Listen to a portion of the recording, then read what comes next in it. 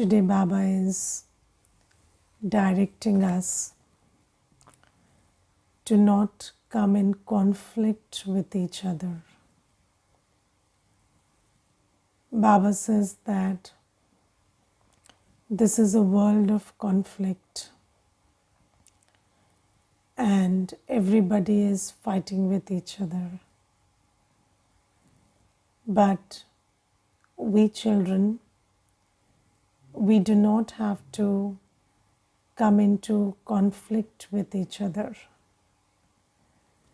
because we are creating a world where it is sung that the lion and the goat, they would drink water from the same pond, and even animals would have that kind of loveful relationship. And in this confluence age, I am the child of the ocean of love, and I have realized that love is the quality of me, the soul. So then we should live with each other with a lot of love. And Baba's Murli is for Brahmin children. So we children of Baba, at least we should live with love with each other at least. And Baba says you should live with each other like milk and sugar, and not like salt and water. And you see, salt also mixes in water and sugar also mixes in milk. But then if you heat the salt water, then the salt would get separated. And if you heat the milk and sugar won't separate. So the thing is, you could use heat as a symbol. So when there is the heat of arrogance, heat of anger, then what happens? We become like you are you, I am me, and there is no love, no feeling of relationship with each other. So Baba says we have to become like milk and sugar. We should never feel that, that sense of belongingness and love as a spiritual family should never be forgotten. Now the thing is, you see, there are two things in Hindi which have been explained by Baba time and again. One is matantar, which means difference of opinion. And then there is matbhed, which means conflict. So when we belong to Baba, first the difference of opinion is sorted, because when we say I belong to Baba, then Baba's opinion, Baba's direction is my opinion, my direction. Yes. And when this happens, then there is no conflict. Because you see, there are two things. One is when there is ego, then in ego or in body consciousness, so when somebody is in ego or body consciousness, that is the time when the conflict begins, right? So the seed of conflict is ego. Now what is it about ego that gives rise to conflict? So when we are in ego, when we are body conscious, then we are only concerned about who is right, not about what is right. Yes. And in the body conscious world, you are right according to who you are. Yes, so you see, they say the boss is always right. Because if you're the boss, you are right. So who you are decides whether you're right or wrong. So in the body conscious world, there is this thing about, I am in this position, or I am in this stature, or I am in this relationship or role which is higher than you, so I am right. And that is why in the body conscious world there is so much conflict, because when you decide right and wrong according to who is speaking it, then there is a lot of chaos. And I'll give you a very simple example. So, I think in India, and it's in Delhi at least, there is a law that, when somebody is a senior citizen and they call the police for legal help, then the police would listen to them first. Even if their complaint is just whimsical. So, it's just something made up in the mind, but then, still there'll be a lot of harassment faced by someone who is complained against, because that is how, the body conscious world operates, because those who are elder are right, those who are senior are right, the one who is the boss is right, the one who has more money is right. The one who has greater stature is right. Now, that leads to a lot of, discontentment, and there is a lot of conflict. And initially, maybe that discontentment is not there, because initially, maybe, you are benefiting out of saying you are the boss, you're right. But then if you keep saying, you're right, then there'll be inner conflict. And then you keep doing that which is not right, then there'll be, that inner conflict will increase, and then there'll be outer conflict that will result from inner conflict. Eventually, that system is not going to work. So it's not just, so when we come to Baba, Baba says, now the second aspect, you see, if we don't think about who is right, then what is right? Now, why the world is not adopting what is right is because what is right is very difficult to judge. Yes, so people say, right and wrong is subjective, and then whether you're right or wrong, who knows? So then, right and wrong, when it is subjective, then who is right is the better way to decide right and wrong.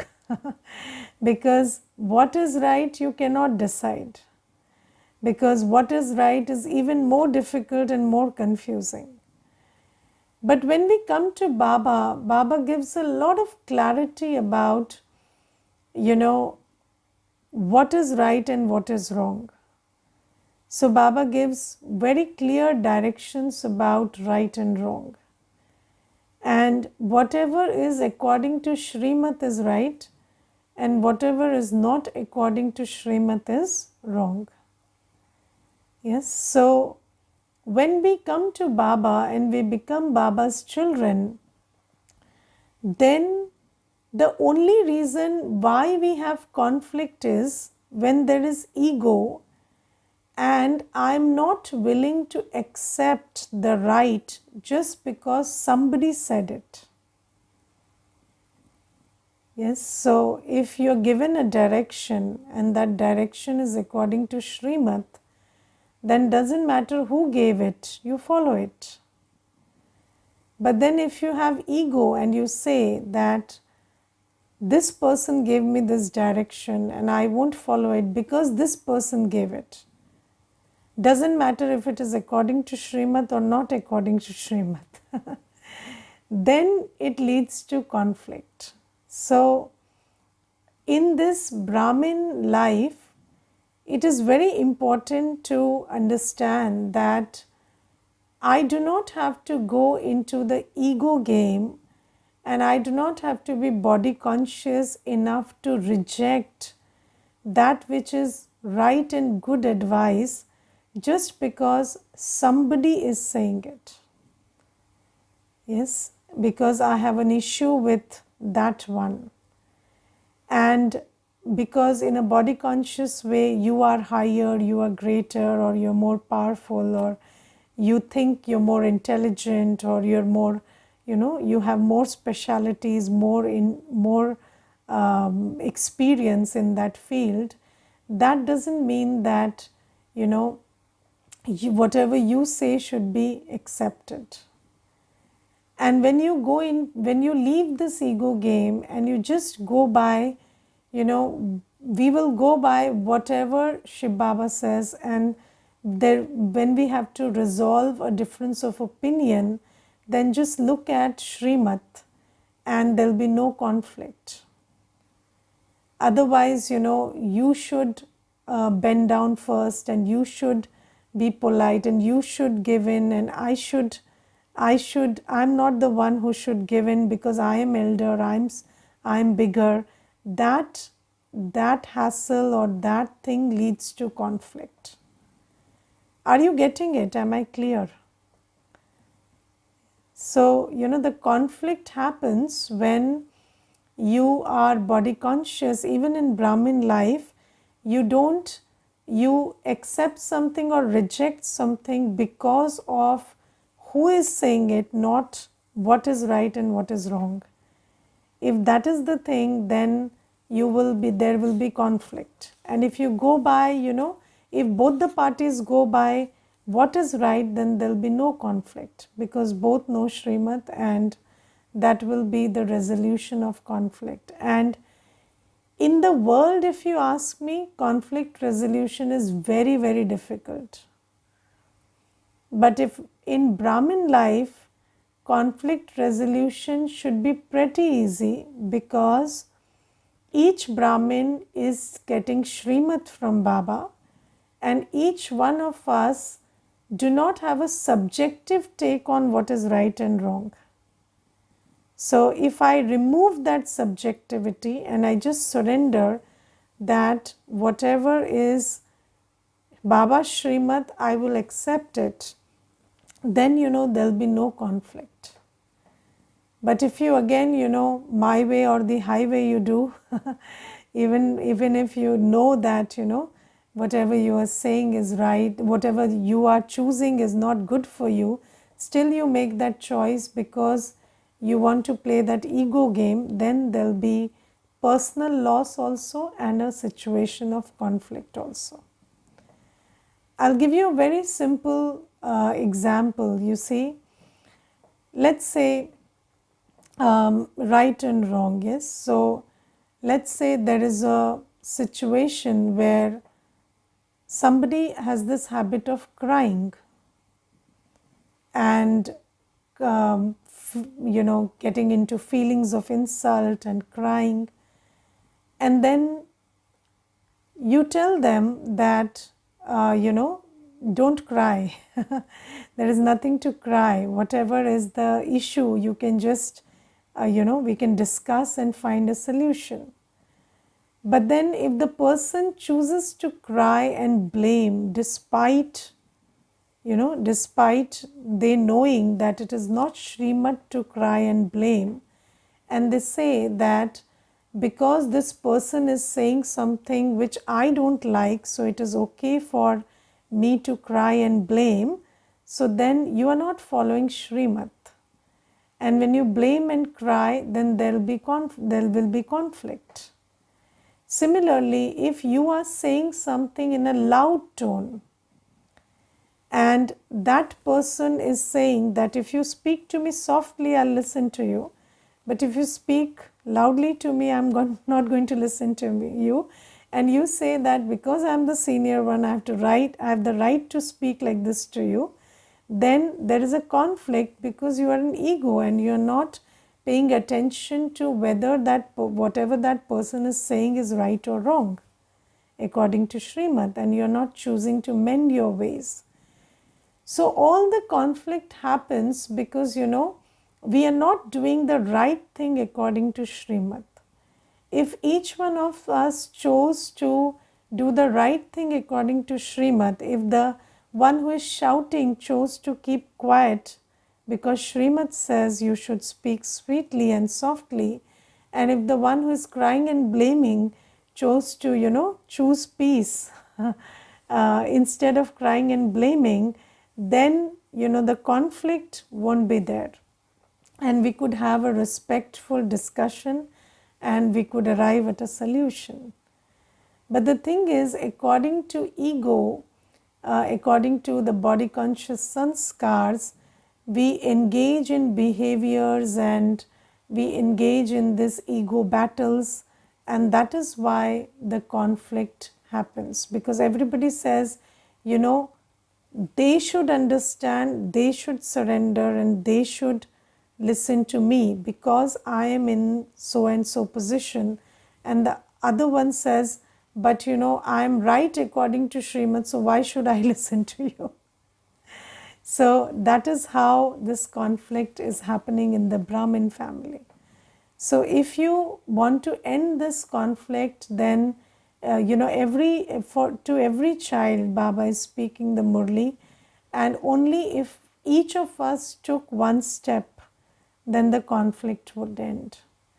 And even if somebody else is not taking this step, at least you take this step to end the conflict and be soul conscious and just have good wishes and good feelings. And you don't, even if the other person is doing something against Srimad, if you just calmed your mind and you followed Srimad and not had bad wishes and ill feelings for the other soul, and if you listen to them respectfully and you to answer them respectfully, then also with your one-sided effort you could generate some support from the other, and then the conflict could end. And I remember there was this one incident where a very senior sister told me that there was a conflict she had with somebody, and then Baba said that you should aap class karao unki, which means you give them the class. So she said, she is not even ready to talk to me, how will I give her the class? She is not listening to me. So Baba said that you sit in silence and have the communication with that soul, just like you give a class in Baba's remembrance and with respect and love, you have that communication with the soul in silence. You send out the thoughts that you wish to send out in silence and in love and in Baba's remembrance. And this sister, she said that every time I would tell Baba that the conflict is not ending, then Baba would always again tell me class karao. And then I started doing that because Baba made me pay attention so many times. So then I started doing that, and slowly, gradually, the conflict ended. And that sister was willing to talk to me. So, don't go into who is right. So sometimes, I am right because I am saying something according to Srimad, so they should listen to me. But what if they are not listening? Then what is Srimad? The Srimad is not that you start telling you are wrong. If you are right according to Srimad, but somebody is not listening to you, then the Srimad is to have good wishes and good feelings. Yes, then the Srimad is to have loveful communication with the soul, and to, to have that exchange of sweetness and good wishes.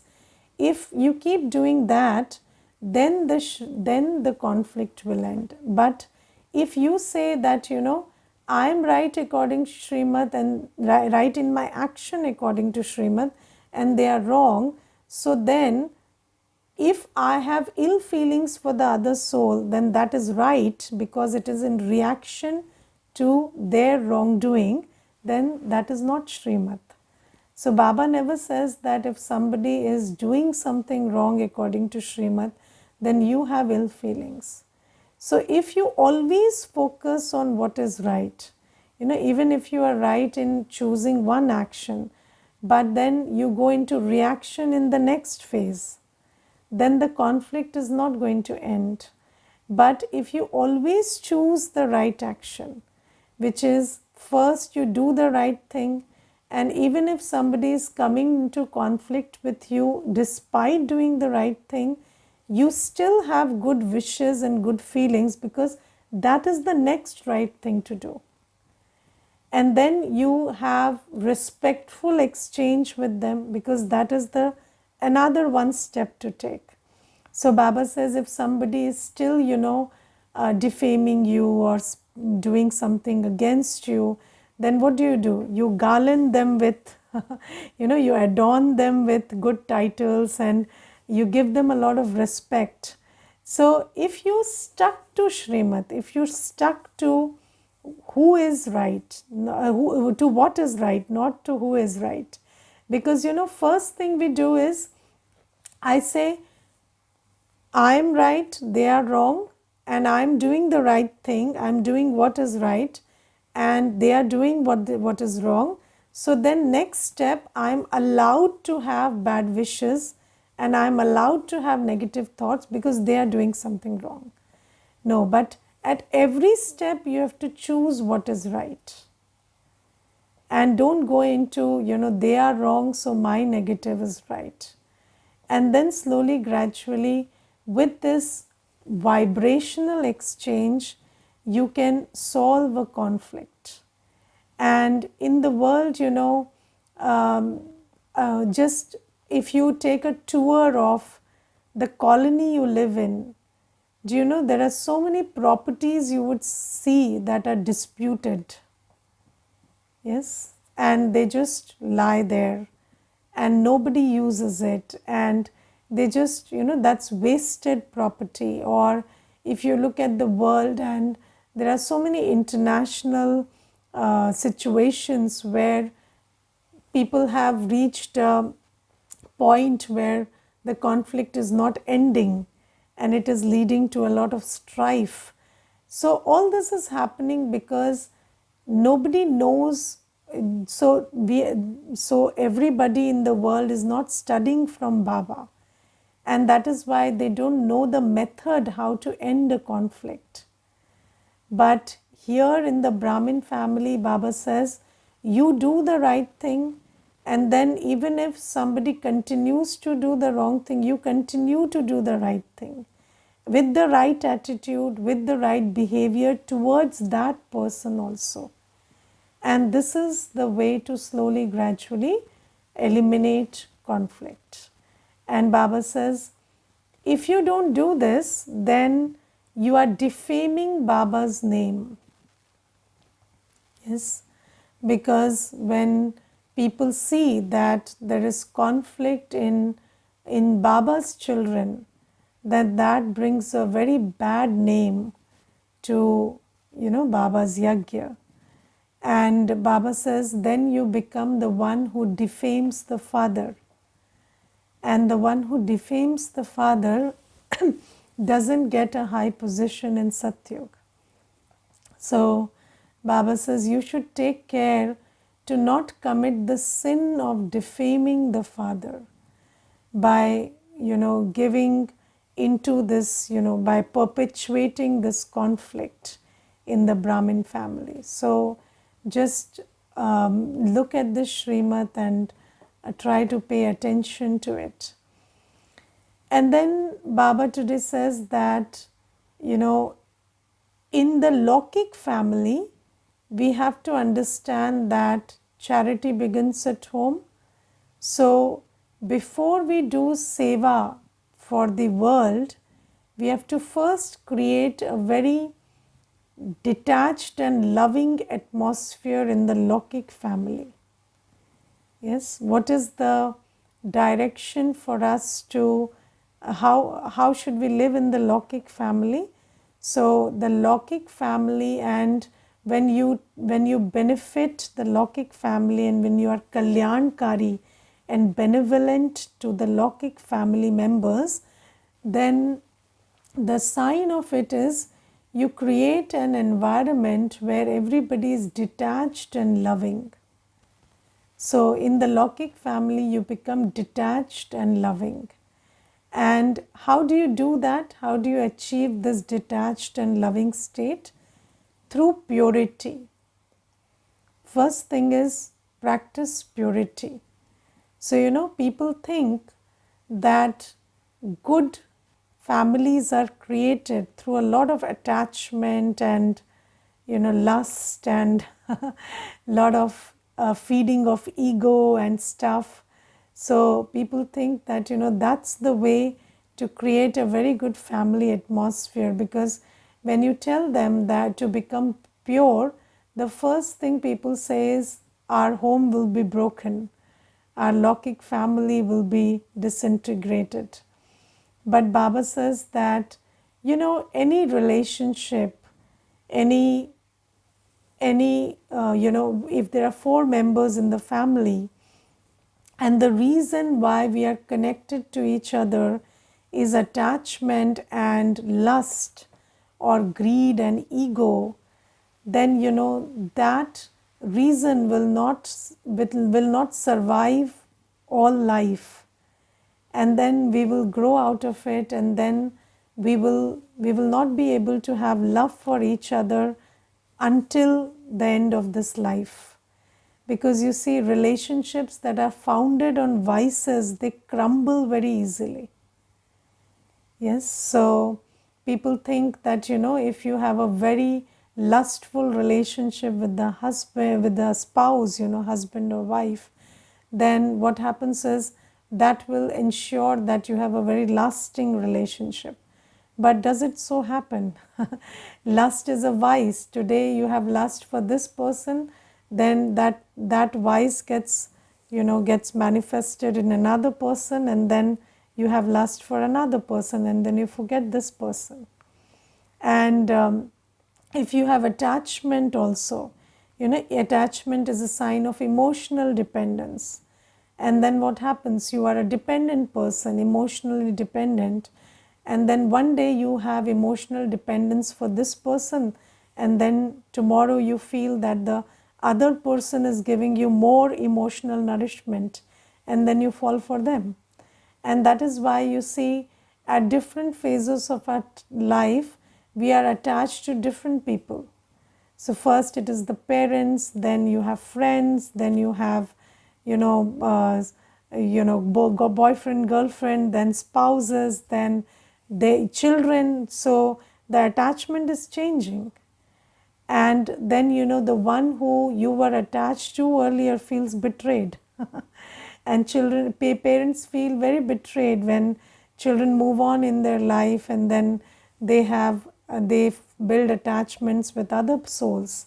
So Baba says that the foundation of a good Lokik family is purity. So when you're pure, and when you're pure, you're powerful.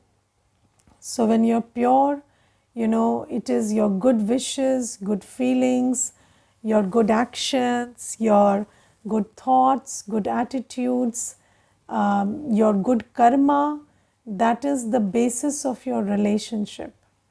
So anybody connecting to you is connecting to you not because of the vicious, the vicious attainment that they get from you, but they are connecting to you because of the vibration you're giving, or the spiritual behavior that you have.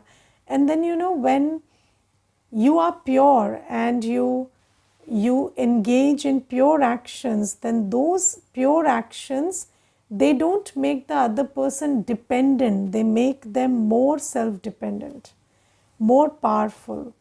And then, a powerful soul has greater capacity to continue in relationships. So, one thing I have discovered in life is, good people are good to everyone. And if somebody is bad to everyone and good to you, they won't stay good to you very long. Because their sanskar is not to be good.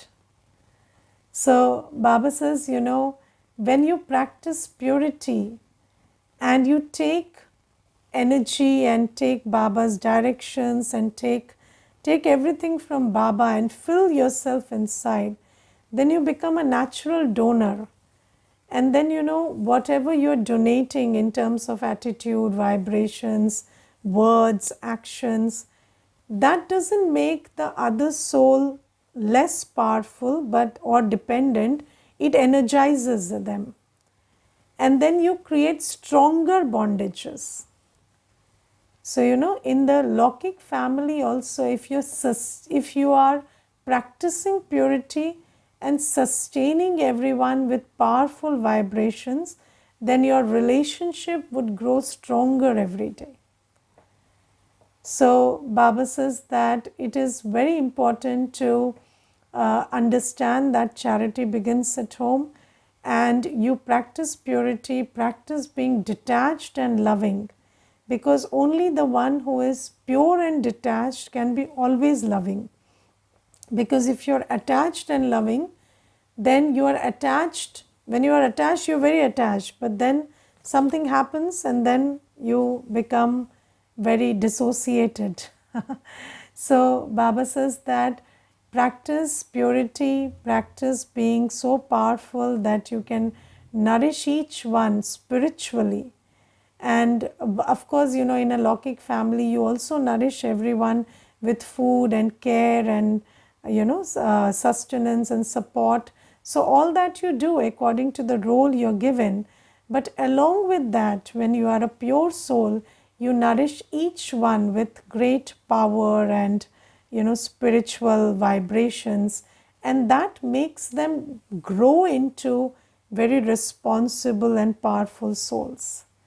And then those souls are capable of keeping relationships, maintaining relationships long term with you. So that is also there. And again, even if what is long term, in the long term, we are not in this body.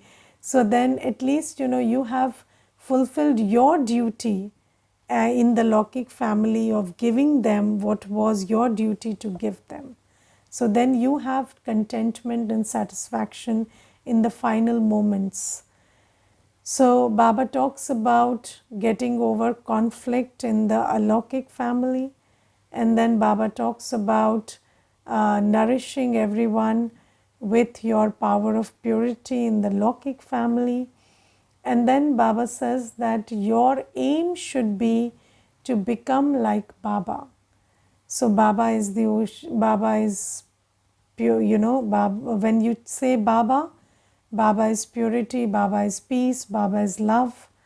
So then you should also become an embodiment of these qualities. And just like, Baba means purity, peace, love, or joy or power. So we also should vibrate like that. And if you have the aim to be like Baba, then what is the process to be like Baba? Remember Baba, think about Baba, do as Baba says, and always have one strength, one support called Baba. So when you do that, then you become like Baba, and that should be your ultimate aim. Every other aim is temporary, they are just like goals. So you achieve it over. But this should be your final aim. This is what you should constantly strive for. Okay, Om Shanti.